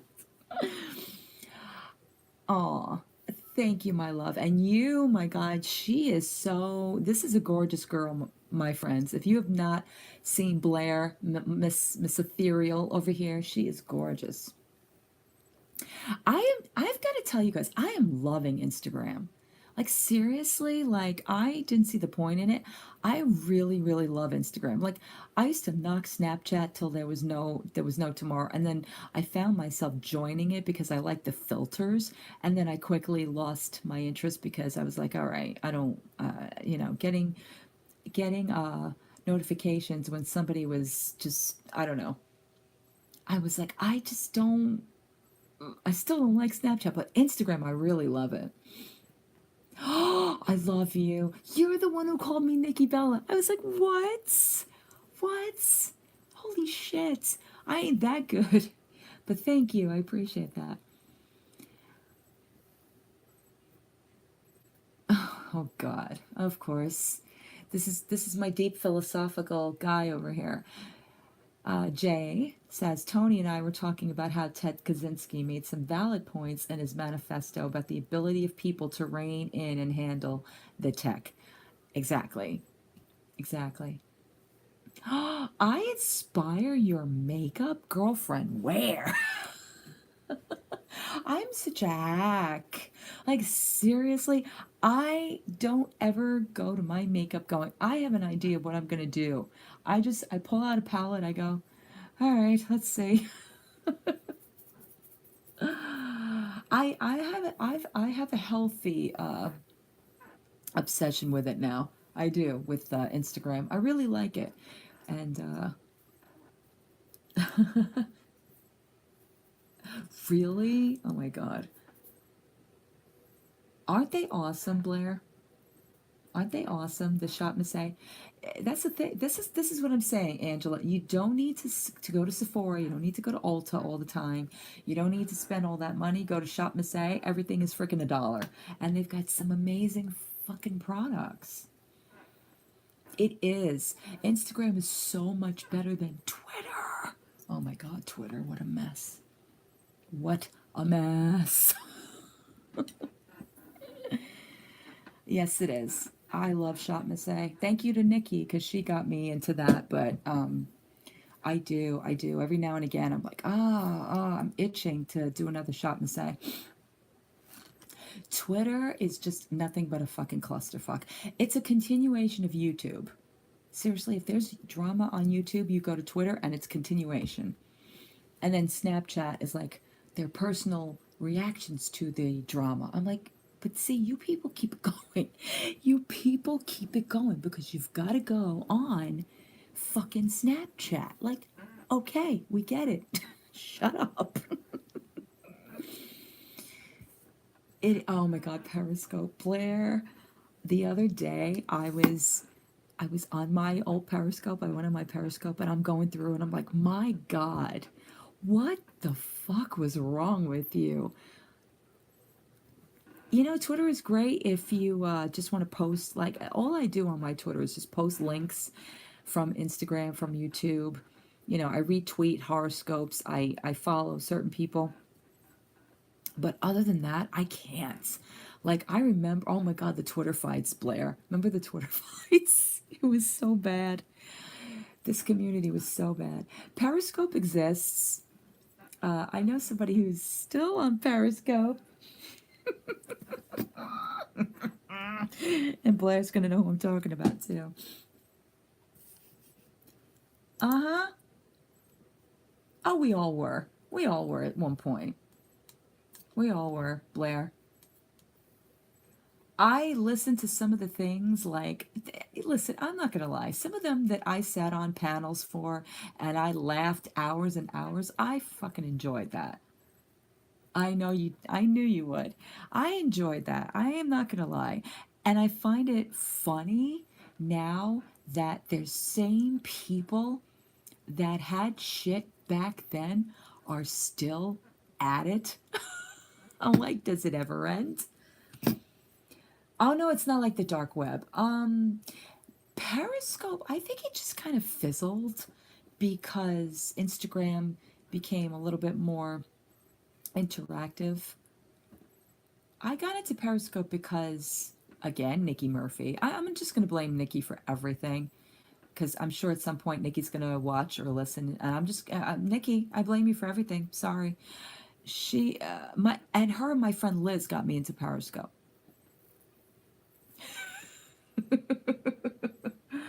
But it was like you could be live and you would have people that were in your chat like answering you. Like it was like YouTube live. I know, but she knows I love her and she's my best friend. It is a part of Twitter, and that's the problem because, and the community we're talking about, Jay, me and Blair, the one we were part of back in 2016, 2017, that is the reason why I told you Periscope is for the devil because every troll imaginable can find you on Periscope. Every low key, seedy ass person that is looking to just to destroy you will find you on Periscope.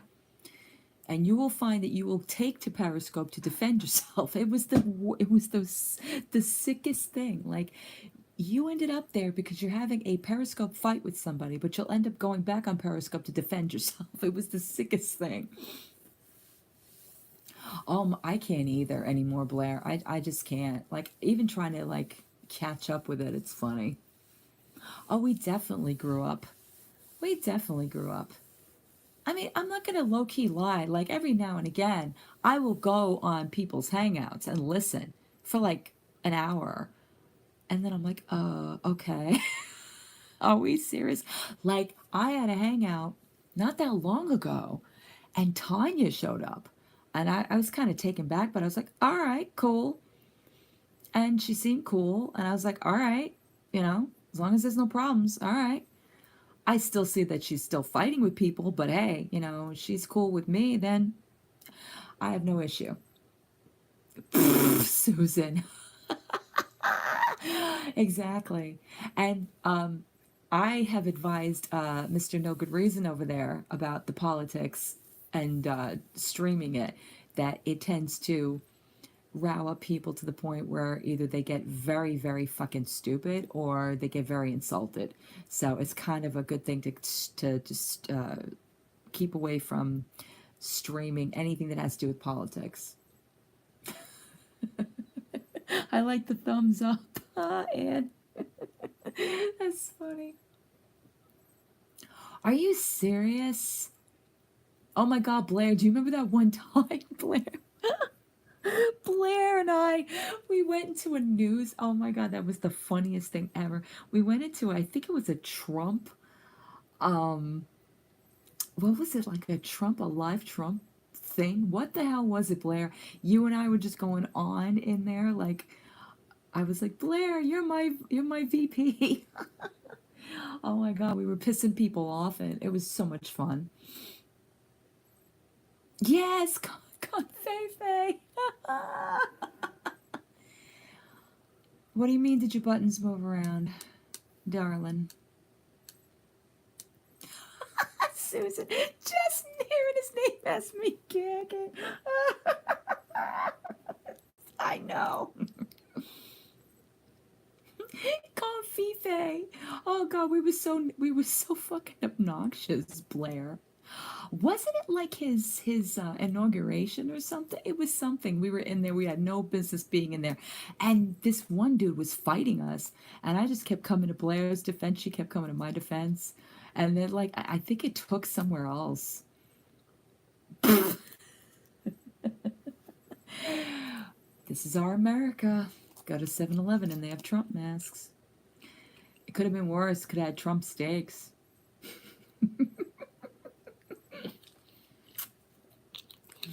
But I don't do that here on my channel. I ain't going down that road. Mm-mm. But I'm dying to do. Yeah, we were. Oh please, I pissed somebody off on my friend over there. No Good Reason to Stream. I pissed somebody off his side chat, and I was like, I don't give a shit. I'm moderator, man. I know, and I know, I know. It was just like, it was almost like one of those things that you just don't believe could ever happen, and it did. Like, as bad as everybody talked about Hillary, I would have taken 1,000 Hillarys over him any day. But I don't even want to get into it because it's just like I don't want to ruin the mood. But yeah, I'm completely in agreement with you there. I know. I know, right? Is this real? Yeah, I know, Blair. I know. It's why I stick to not watching or keeping up with it, because every day is just another travesty, just something else to shake your head at and go, and we have to deal with this for how many more years? Great. Cosby. Oh my God. And Blair, by the way, you would love my friend's streaming channel. You would love it. Because all he does, Mr. Commentary over there, is just bust on things. It's funny. It's a lot of fun. I know. I seriously want to do a hangout, like bringing back some of us that used to have like beef with the community, like talk about how fucking stupid all that was. Just sit there and like drink and laugh about it. Seriously, because I'm dying to do that. Like I just want to do like a commentary on a year and a half worth of that stuff. Like get everybody back. And I know it would just cause like major fucking whatever, but I don't care. Take shots, yeah. Yeah, exactly. Exactly. Just have like a misfit reunion. Oh my God, hours and hours of that shit. Right? You and me both, Anne. Although I'm sitting here nursing this wine and I'm good. I know I'm good. I'm so glad sometimes I'm an insomniac and I have people that share in that with me. It's very enjoyable. And I'm actually going to leave this hangout up. Look at me. Look at me.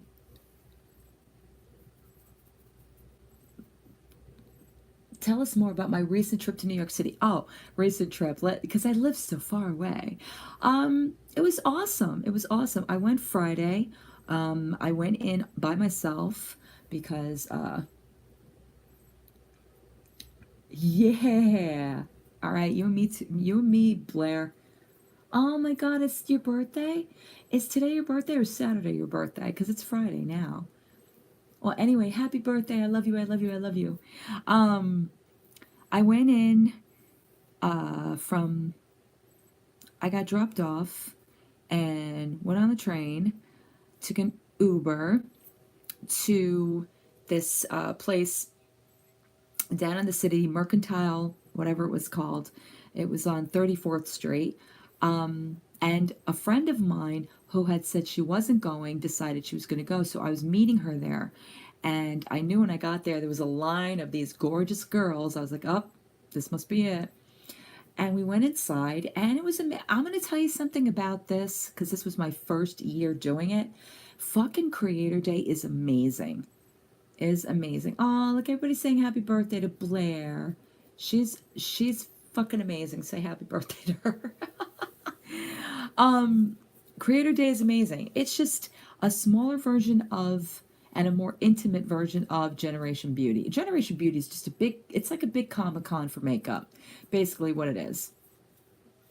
And it was great, meeting Jen. Her channel name is Makeup by Shay, Makeup with Shay or Makeup by Shay. I love her. She's such a great person. And we just walked around, we talked, we ate, we just hung out, met other YouTubers and content creators, gave out our business cards to brands, interacted, took pictures. It was great. It felt wonderful. It felt wonderful to do what you know, what I've been sitting here doing for 7 years. Girlfriend, girlfriend, I'm telling you, either start a channel or start saving up. Because do I get goodie bags? Go watch my 2 swag videos and I have a giveaway. Yeah, I do, Susan. I do know her. She's amazing. Jen is amazing. We finally met. We've been friends for YouTube friends for the last couple of years. She's amazing. Her and I have a lot in common. Next time next time I go, I'm definitely gonna hang with her. She's just amazing. And my friend Nicholas McCoppin, the kid that you see in my videos, you'll see him there. He's one of my closest friends. He's an amazing Instagram content creator. He's a talented singer. I love him. He's a family friend. His sister goes to my daughter's school, and that's how I met him and his family. I love him, and check him out on Instagram. But we go to Generation Beauty together. This is our 4th year going, and it's amazing. You take out of it what you can. Is it pretentious? Yes. Are there YouTubers out there that you bump into and you're like, oh yeah, you? But it's a lot of fun. I know. I have the same issue. I have the same issue. But yeah, it's like I said, it's a big Comic Con. And speaking of Comic Cons, that's another thing that I've been doing for the past year. This hits a year this year for me. I'm going to Rhode Island Comic Con in 2 weeks. This hits my second con there and a year that I've been doing cons. I started August of last year, and I can't even believe that I do this. This is sometimes when you feel like your life is shit, and then you turn around and you go, but yet I talk to celebrities. How did that happen?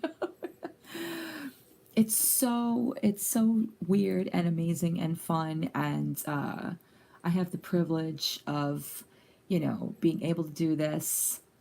Thanks to Joe. I have to thank Joe. He pulled me into this world. I I don't get to dress up, but I am going to this time around. I am going to be cosplaying Friday night, because it is the anniversary of the Lost Boys. So I'm going to try and do something with that, at the after party that we have. But I'm excited for this one. This is going to be a good one. Uh, Sailor Mars. Not in this body. Not in this old body. That guy right there, Mr. No Good Reason to Stream, will be streaming from there, from his channel. So you guys can check that out if you are interested. Dante is not boss. Dante is, he's a low-key employee. We just allow him there. But it's amazing. It really is. I'm a lucky girl that way, and I'm looking forward to it. So I want to bring more of that to my channel. I don't know if you guys are interested in that. Like, I want to vlog from there, the behind the scenes kind of thing, like, how volunteers get to be where they're at, and, that kind of a thing. But I don't know if you guys are interested. I might this time around, because I'll be with a certain celebrity again, and we'll see. That's what body shapers are for. Nah, yeah, I think I will. I think I will do a little vlog. Maybe if somebody else wants to be in on it with me, because he's streaming anyway. We'll see. We'll see. That's if we're getting along or whatever. If we're getting along. Mm. But I definitely will. I think I brought, I think I brought it up in one of my videos where I showed you guys like some stuff I got from Albany, I think it was. What? And I was talking about Dante in that one, but I definitely would. I mean, as far as like recording celebrities, that's at the discretion of the celebrity. We as volunteers are not allowed to do that. I mean, we can, during work hours if it's okay with them, but as a whole, like, we're not allowed to do that. But we'll see. We'll see. I definitely will try to grab some contents. Oh yeah, you guys would love the food here. We do have kick-ass food. We do. We do. We really, really do. Especially down in the in Manhattan, Manny Hanny, in Manny Hanny. Not to be, not to be. I can't even say the words. Not to be mistaken with Manny MUA, but we do. We have so much food-wise. It's amazing down here. I do love my state sometimes for certain things. Yeah, we call Manhattan Manny Hanny. You learned it here, Blair. You learned it here. I know, Susan. I stay away from bagels because I went gluten free, but yeah, we do have amazing bagels, and Chinese and Italian. Not not Olive Garden. Olive Garden is just Olive Garden's good, but gotta go to a real authentic Italiano restaurante. Aw, why not? That's so sad, Anne. New York City is the best place to come for around the holidays because you feel it in the air. Like Christmas is in the air, you feel it. I mean, you got to come down, see the skaters, the tree. You got to grab a pretzel. It's cold outside. That smell, the connection, the kids, the shopping. You feel that it's Christmas. That's what I love about the city. Yeah, we do. We really do. You could walk up any street, up and down, Fifth Avenue, 42nd Street, any street, and you will find any kind of food. Oh yeah, definitely, definitely. But I'm gonna give a shout out to Rhode Island because Rhode Island does have some pretty damn good seafood. And I visited Rhode Island a lot this past summer. Um, and yeah, I fell in love with it all over again. It's got some pretty good food there too. It does. We do. We do. We give people an experience. I'll give you that. Us New Yorkers. Us New Yorkers.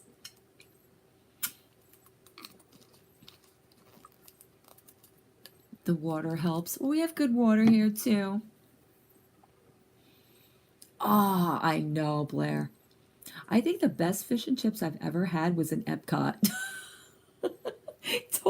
Totally not even like, anywhere. It was Epcot, like in this like I think it was in trying to think what country. Oh duh. It was probably in Ireland or England, but it was this little pub and it was so good. Absolutely. Of course you do. And if you can take in a show, that's even better.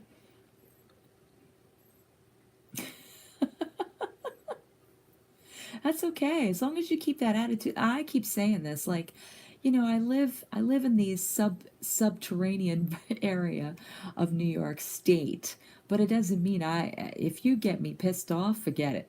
Then the New York comes out. Well, then the Bronx comes out. I've been known to have the New York come out every now and then. Mine too. Oh, I love it. Oh, you're making me hungry, Blair. You're making me hungry. But definitely, and with like the fresh tartar sauce, oh, you're killing me. The accents are cute, yeah, but you don't want to hear me when I'm angry.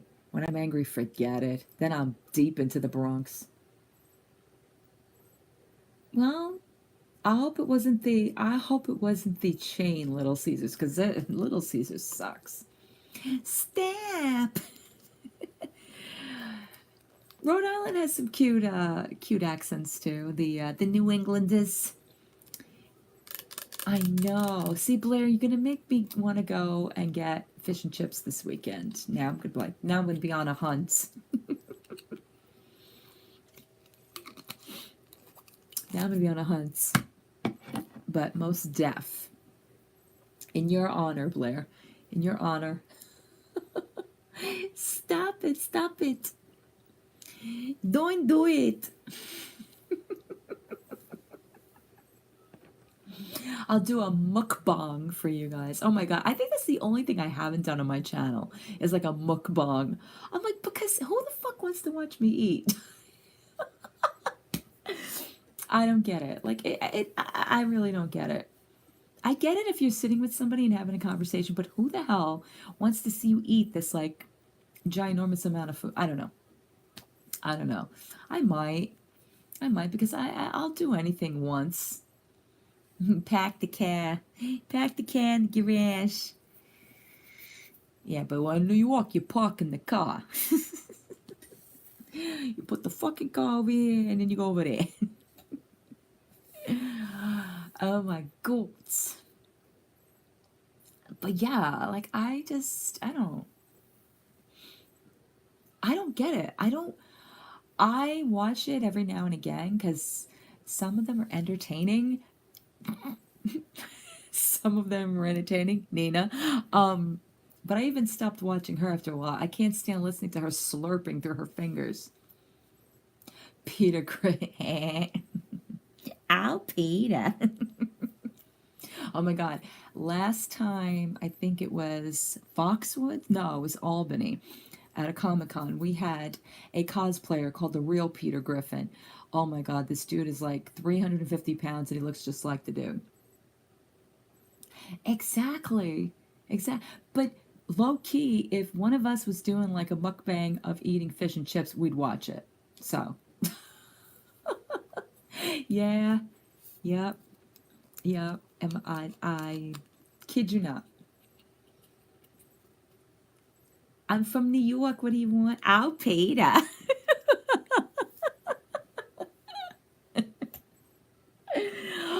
Oh my God. Yeah, yeah. Systems like this, I wish everybody lived in this area and we'd all go out and all grab something to eat and all talk in different accents.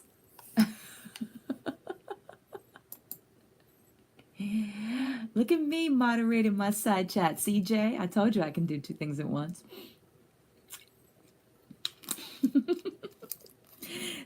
Come on, Blair. You know me. You know me and my many voices, right?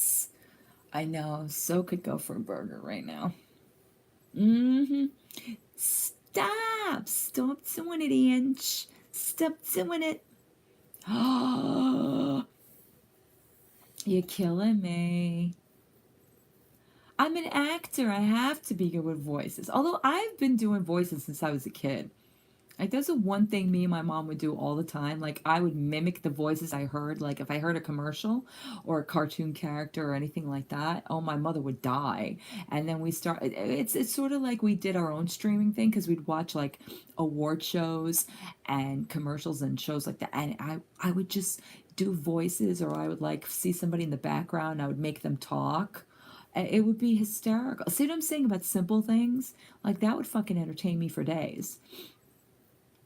Oh, I hate you.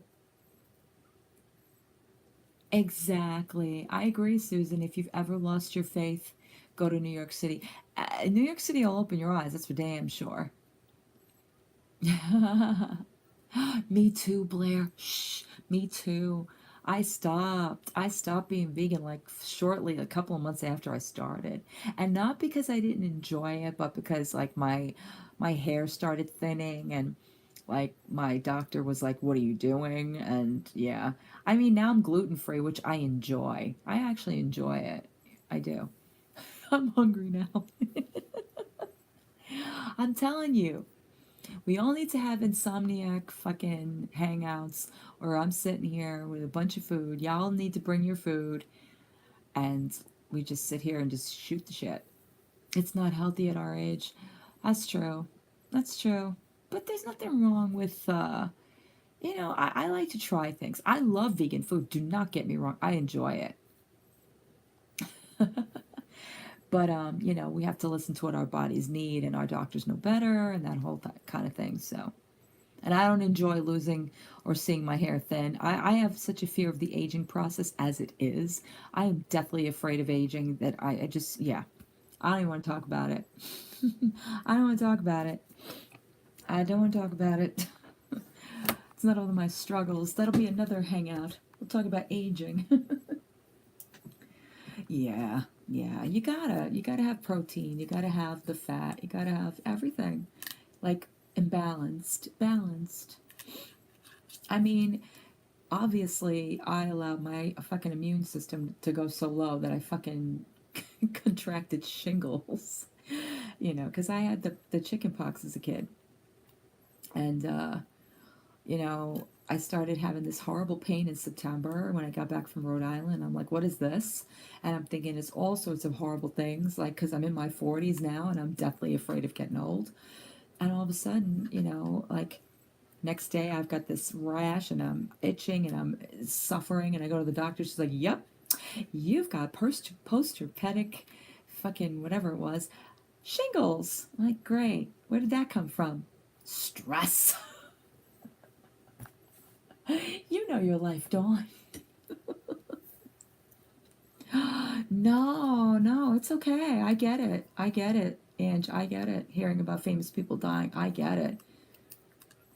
I do get it, especially when it's musicians, like Michael Jackson first, fucking Prince, George Michael. I'm like, what the hell is happening? These are people I grew up with. They were not that old, and they're dying off on me.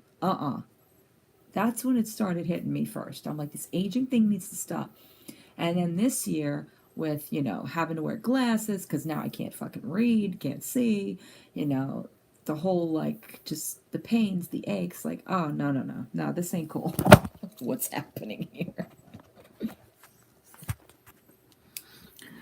See, not so much Madonna. I think when Bono goes, my whole world's gonna end. My world's gonna end. It is, I'm gonna tell you, Blair, it the next second thing worse to childbirth is shingles. It is the worst thing. It sucked. It sucked. It sucked because you're not only dealing with, I mean, I was swollen, I was in pain, it was burning, it was itching, and your demeanor is completely just shot. Yeah, but still, they were young. I mean, Michael Jackson was still relatively young. Prince was young.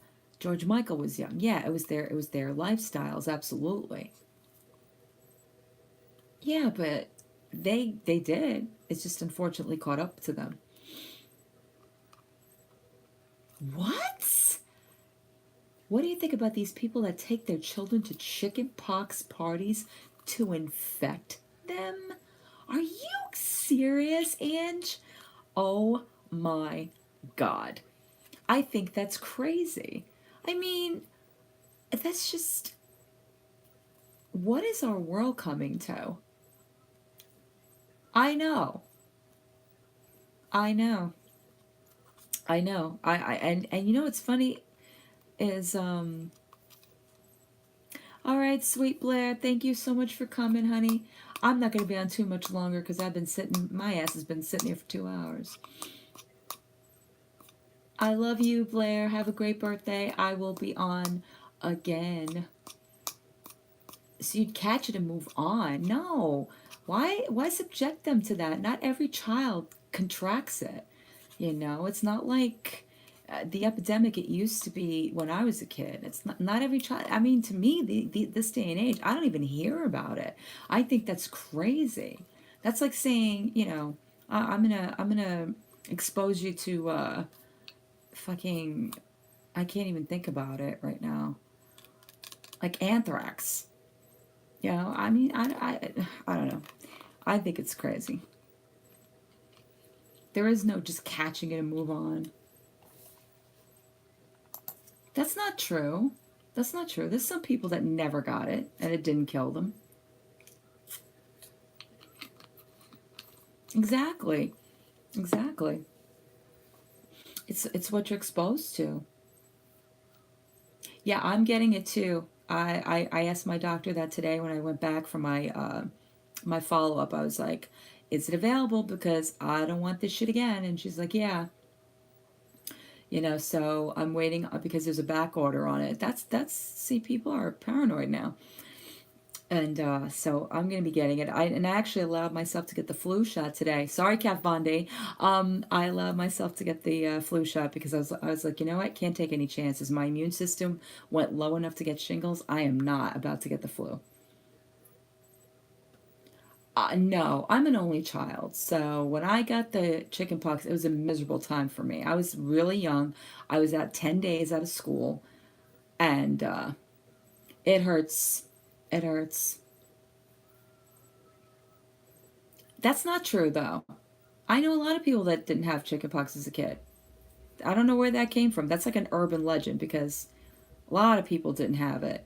I mean, maybe you had like measles or mumps or what have you, but again, that was these were epidemics as kids. But so Susan, I advise you, anybody who had the chickenpox, go get that shot. I'm telling you from experience, you do not allow yourself to get stressed. Um, don't let yourself get stressed to the point where you contract that because it fucking sucks. It really does. It really, really does. It's just something that I don't recommend letting pass you by. You know, I mean, people, I'm one of those people that was like, I don't want to put mercury in my body. I don't want the flu. You know, I've had enough bronchial problems, enough asthma problems. I don't want that shit. But you know what? Again, when you get older and you realize that you're not infallible, and you know what I'm saying? It's like you got to prepare yourself. You know, gotta take precautions. Yeah. Oh, Susan, I didn't know that. Well, I hope that you've recovered from it. It sounds like you did. I hope you did. Yeah, you gotta. I mean, come on. Without us, how are we, how's anyone gonna learn off of us? I mean, thank God my kid didn't get it. Yeah, thank God my kid, she was vaccinated, never got any of that stuff. So thank God she won't have to suffer through that as an adult. So I wish, my mother was whatever, but you know what? Is what it is. Mm-hmm. Oh, great. Damn straight. Damn straight. That's what we are. Us women, we are survivors. That's damn straight. I'm so glad to hear that. Oh, you too, Teresa? I didn't even know that. It's amazing what we women put up with, huh? It is amazing, truly amazing. We have that will to just keep on fighting.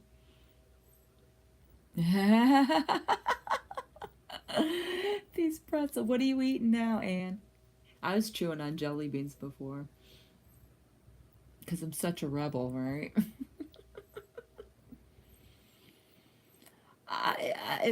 That's true because certain men don't enjoy them. Isn't that right, Jay? Certain men apparently have affinities for other ends of the women's body.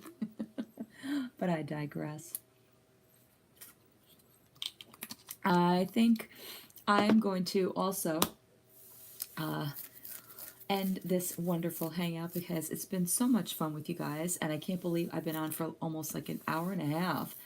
I mean, this is not virgin territory for me, but it's just amazing that I had enough people to come back in to uh, to join me. I appreciate it. It means a lot. See, little things, little things. You taking notes, Jay? But thank you guys so much, Teresa, Ange, Susan, Blair, and yeah, I'm gonna do more of these. Definitely gonna do more of these because I enjoy it. I love it. I didn't get cut off. Aw, Susan, thank you. I really appreciate that. I think you guys are the best. Are you taking notes that I said the little things? I'll catch up with you in a few minutes if you're not going to go to sleep or what have you. But anyway, guys, nice chatting with you. I have to figure a way of how to end this because I didn't do this hangout from my Google. I did this from my iPad. It just was like go live, go live. So